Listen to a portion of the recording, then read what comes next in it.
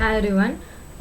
So now we'll be seeing about the steam and its properties of module 1. So first we should see what is a steam.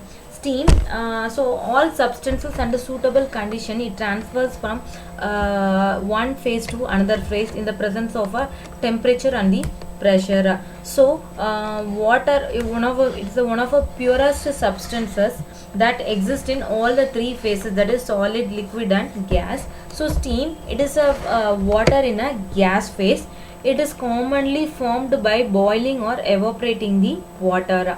Steam that is saturated or superheated is invisible. However, steam offers it is refers to a wet steam. So steam means we know that evaporation coming out of boiling of the water. So the visible or aerosol water droplet formed as a water vapor condenses.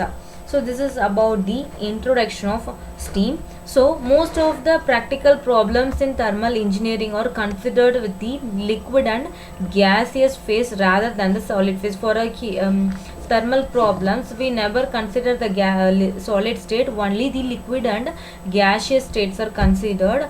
Water which is in liquid at a normal temperature begin to boil to form steam when heated sufficiently.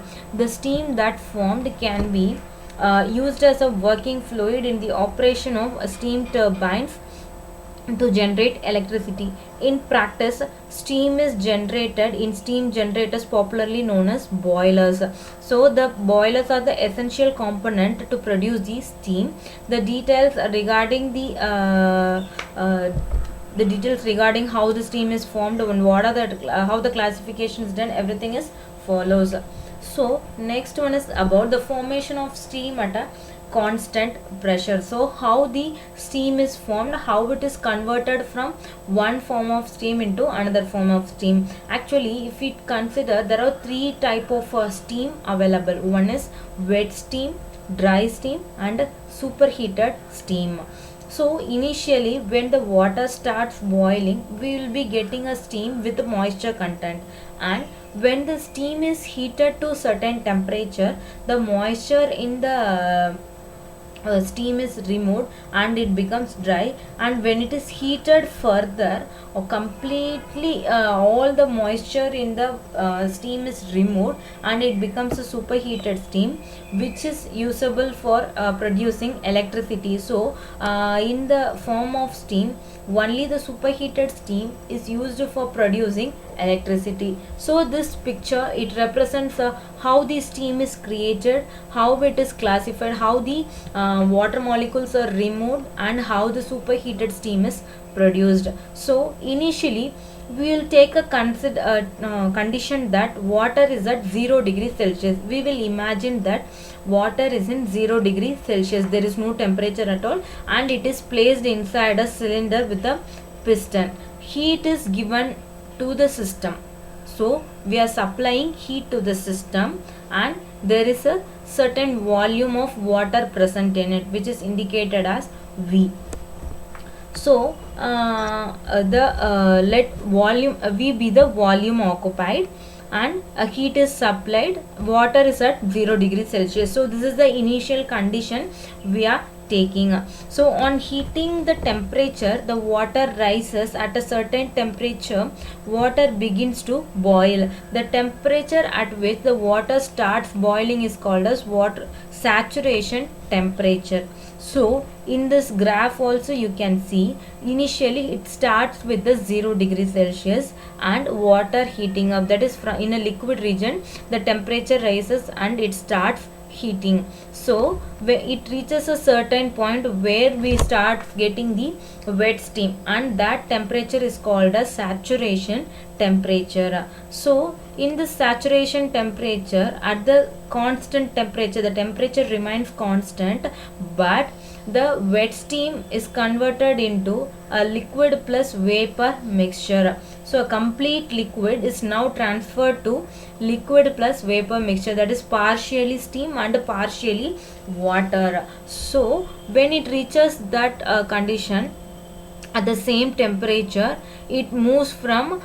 wet steam to dry steam. Still if you are keep on heating that, the water molecules in the cylinder it gets reduced and the vapor gets increased.